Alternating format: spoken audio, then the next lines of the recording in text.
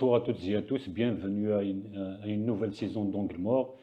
D'abord, ça nous allons reprendre Angle Mort dans sa seconde saison avec toujours de nouvelles informations, de nouveaux éclairages et un autre regard sur l'actualité. Comme d'habitude avec moi, Yassine Merzouki sur ma gauche, bienvenue Yassine, Sahaf Taurak. Sahaf Torkoum, bienvenue à tous. J'espère qu'on va apporter de nouveaux éclairages sur l'actualité aussi bien nationale qu'internationale. On le souhaite tous, donc sans trop tarder Yassine, on va essayer un petit peu d'aborder cette nouvelle saison.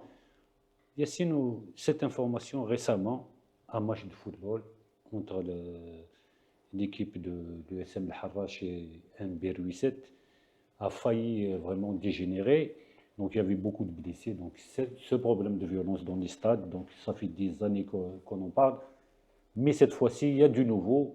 L'USM El Harrach et Ruisset vont faire table rase de tous ces problèmes et ils vont se réconcilier. Qu'est-ce qu'on a comme information, comme détail sur cette initiative? Oui, je viens de parler il y a quelques minutes à M. Larossi, président du club de Ruisset, qui m'a confirmé l'info selon laquelle ils vont se rencontrer dimanche prochain pour une réconciliation entre l'administration des deux clubs ainsi que les comités de supporters des deux clubs, et ils vont faire une déclaration commune contraire à la violence pour renier tout ça, tout ce qui s'est passé. Bon, les accidents de parcours, les excès dans les stades, c'est un phénomène un peu mondial, c'est pas propre à l'Algérie ou bien à un autre pays. Bon, mais des fois, il y a des débordements qui sont inutiles. Tous les deux clubs, ils étaient dans une position au classement qui était plus ou moins confortable. Chacun avait des chances d'accéder à la première division. Donc, je ne vois pas pourquoi les gens ont cédé à l'animosité qui a été ravivée par les réseaux sociaux. Et certains médias aussi. Et certains médias, malheureusement. On va essayer, justement, Yassine, on va essayer d'en parler après. Donc, pour continuer sur cette info, ils vont se rencontrer dimanche et il y a déjà des tentatives de récupération de la part des uns et des autres. Donc, je dois dire qu'il n'y a personne pour récupérer cette réconciliation. C'est entre les jeunes du même pays qui s'appelle l'Algérie, Ghalto, ils sont égarés quelque peu et ils ont retrouvé le droit chemin et ils vont essayer de construire ensemble. Alors les gens, entre guillemets, qui veulent profiter de la récupération, il n'y a personne pour la récupération. Très bien. C'est l'État qui a usé son droit d'imposer l'ordre public, qui a dit il faut régler ce problème. Parce que الدولة سهلة. moins 6 points pour chaque club ويطلع واحد آخر اللي عاقل. Effectivement. C'est-à-dire que l'État a tous les moyens de sanctionner les... Donc le plus important dans cette histoire, donc il y a la réconciliation. Mais l'État a préféré tendre la main à tout le monde et dire il y a une leçon à tirer de tout ça. On ne veut plus de violence dans les stades et même en dehors des stades. Effectivement. Voilà. Donc justement, ce qui est important dans cette initiative, donc il y a l'initiative de réconciliation pour éviter à l'avenir des débordements de la violence entre les deux galeries, notamment. Il y a aussi cet aspect, il n'y a pas de récupération, il n'y a ni parti politique, ni association, ni personne d'autre. C'est une initiative d'abord des deux clubs soutenue par, disons qu'elle a été protégée par des institutions de l'État. Vous avez parlé des médias, des réseaux sociaux qui ont quelque part alimenté cette violence. Oui, ça veut dire. Est-ce que, Yassine, vous ne pensez pas que l'État, les institutions de l'État doivent aussi rappeler à l'ordre certains médias, parce qu'on a entendu certains sur certains, enfin, on a lu sur des journaux et on a entendu sur des télévisions, en fait, des gens qui ont un petit peu poussé vers l'irréparable après cette affaire du 27 février dernier. Oui, bon. Les médias, c'est un problème, je ne sais pas qui fâche. Bon, comme ce qui s'est passé là, les fêtes, c'était pratiquement la même période. Euh, Il y a eu des débordements de la part des médias sportifs. Et puis, il fallait tirer la sonnette d'alarme. Donc, il y a le ministère de la Jeunesse et des Sports avec le ministère de la Communication qui essaye de rassembler tout le monde pour essayer de les sensibiliser sur la portée de l'information sportive, du chauvinisme, tout ça. Mais ça n'a rien donné. Pourquoi? Parce qu'on donne des agréments à quiconque. On essaie de la rappeler à l'ordre.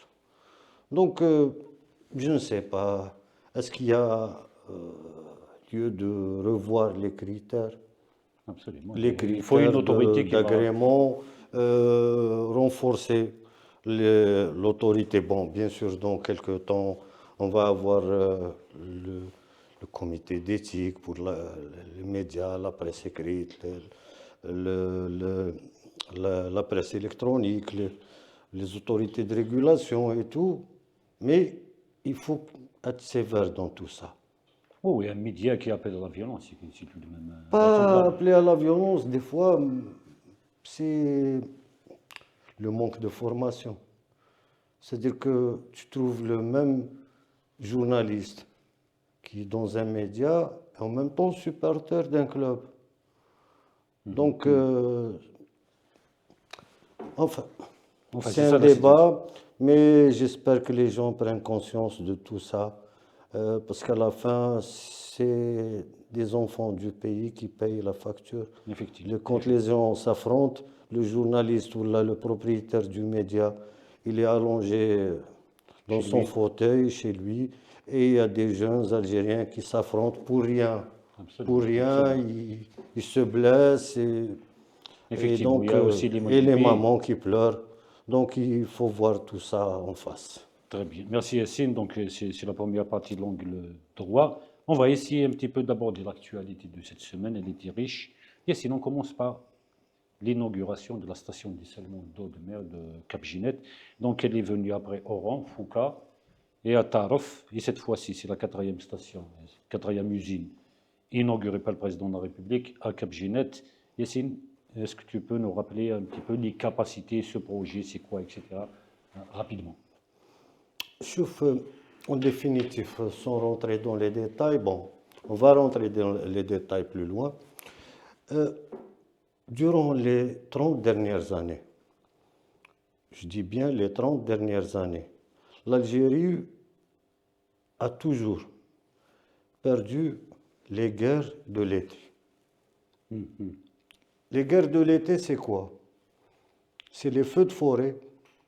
Là où il y a un feu de forêt, on arrive toujours trop tard pour éteindre le feu et sauver les vies humaines et tout.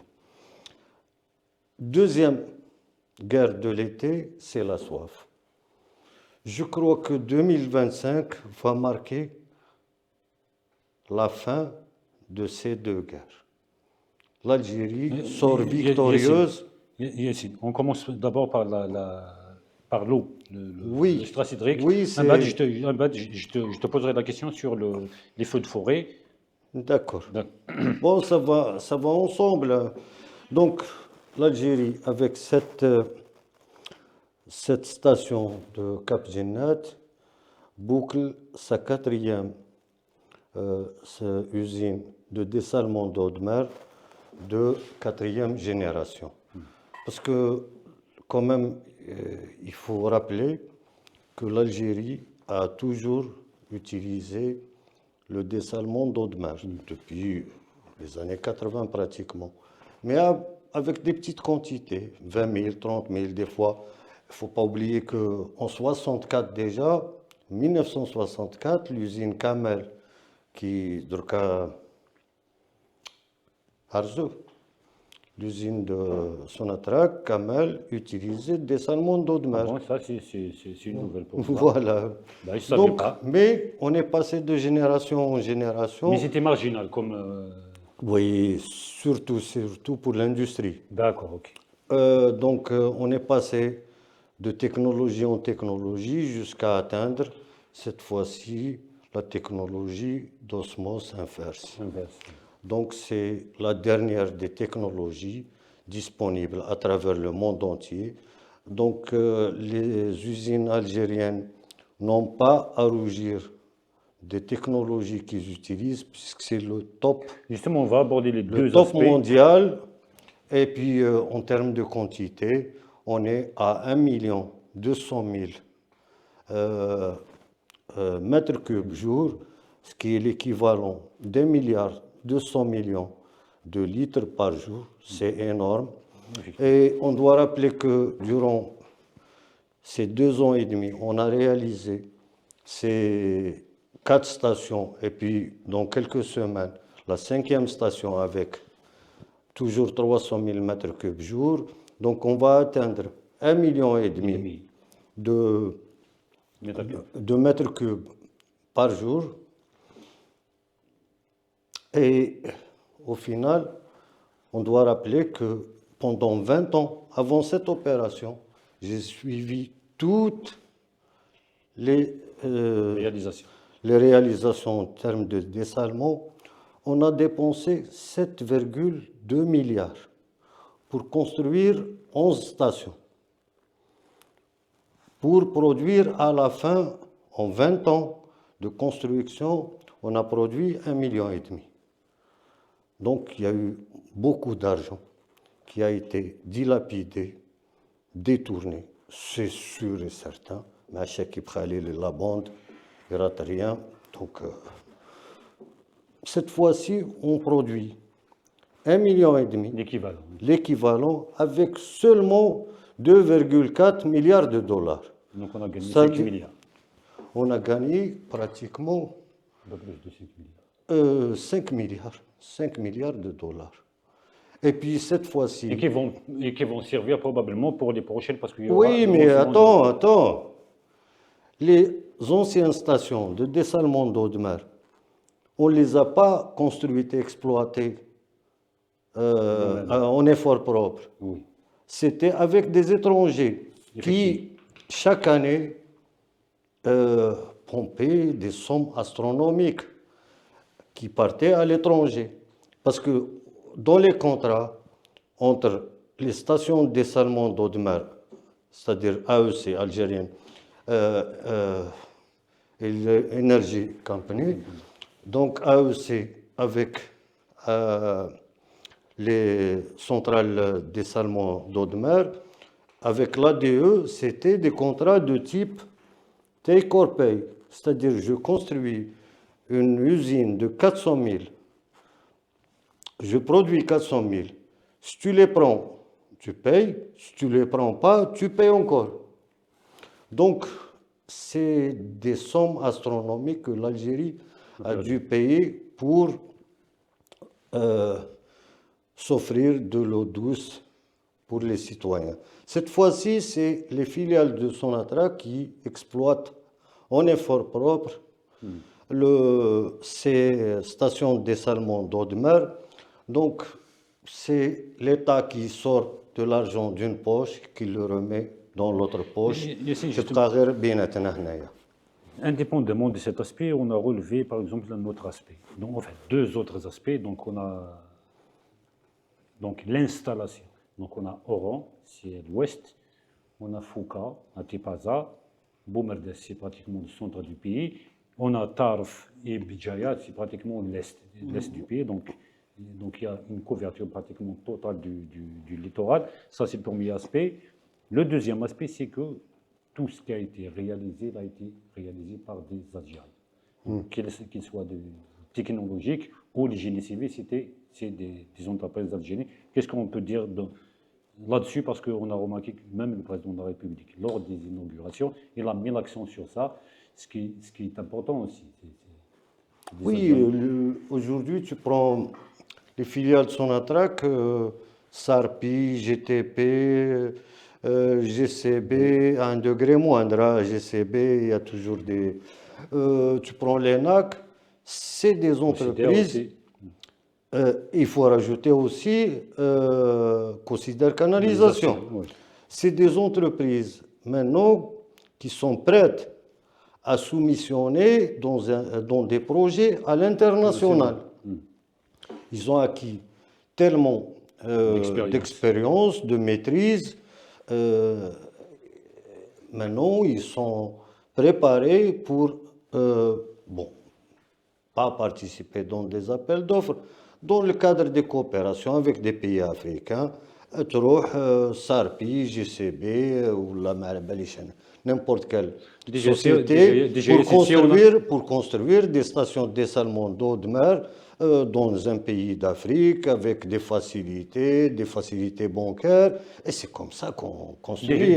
Déjà le fait qu'on arrive à réaliser nos propres stations de dessalement d'eau, c'est des devises gagnées pour le pays. Oui, c'est déjà ça, mais écoute, c'est pas facile d'aller vers 300 000 mètres cubes jour, c'est énorme.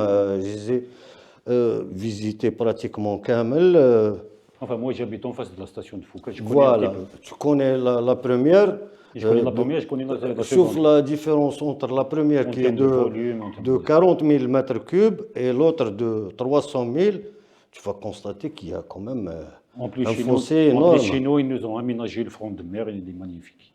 Donc, Yacine, passons à une autre actualité aussi importante, mais à propos de laquelle nous n'avons pas toutes les informations.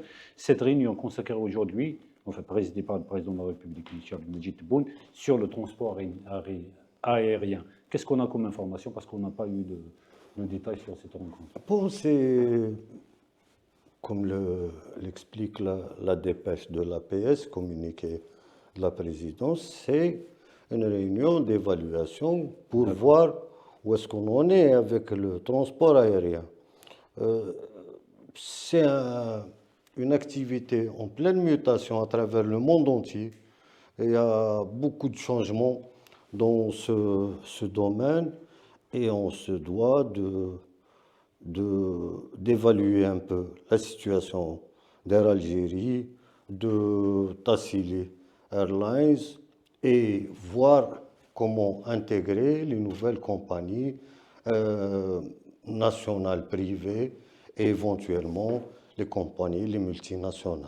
Très bien. Une autre information aussi, donc la décision des autorités du pays d'importer 1 million de moutons. Avant de répondre, Yassine, je veux bien donner une information sur une nouvelle nomination, notre ami Mohamed Betraoui, qui a été nommé nouveau président directeur de groupe agrologue. Donc nous lui souhaitons bonne chance. Nous savons que Mohamed Betraoui est un homme qui a beaucoup donné, qui a beaucoup travaillé. Enfin, en partie, c'est grâce à lui, c'est grâce à ses compétences que le marché est régulé cette fois-ci, enfin, disons régulé. Donc, Yassine, je te laisse dire un mot sur Mohamed Betraoui qui vient d'être nommé à la tête d'Agrologue. Là, sincèrement, je suis content parce que c'est un gars vraiment compétent. Il connaît tout le secteur à travers le segment volaille, il a été président du groupe ONAB. Oui. Il a travaillé énormément sur les volailles, il connaît bien le secteur, il connaît les failles qui ont conduit à cette hausse vertigineuse des prix des volailles, de la viande blanche.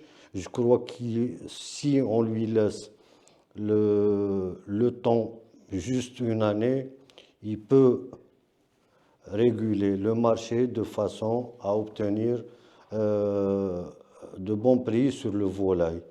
C'est le type qui a aussi travaillé sur d'autres. Il a travaillé à Agrodiv, donc il connaît l'agroalimentaire.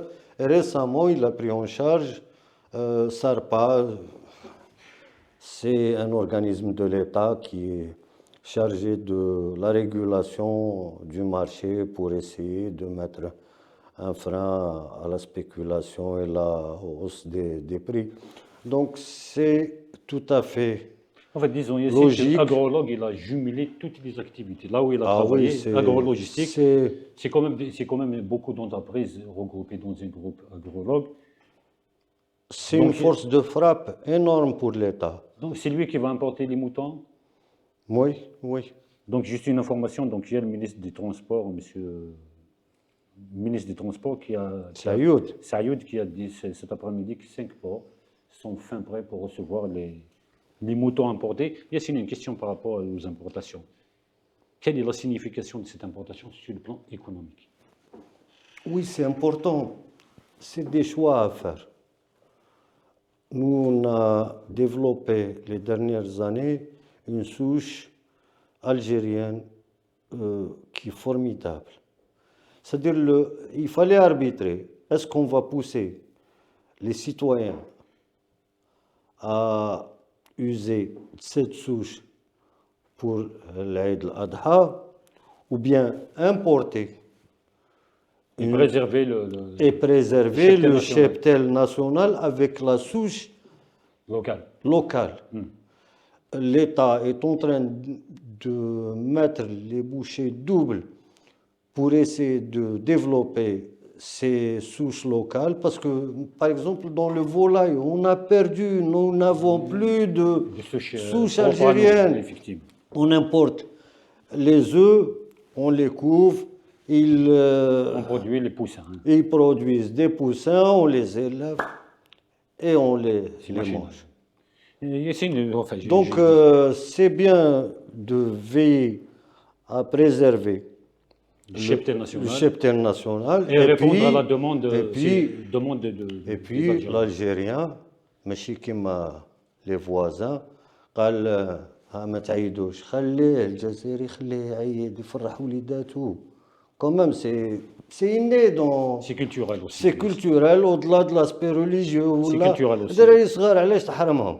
Effectivement. Donc, c'est un État qui a des ressources.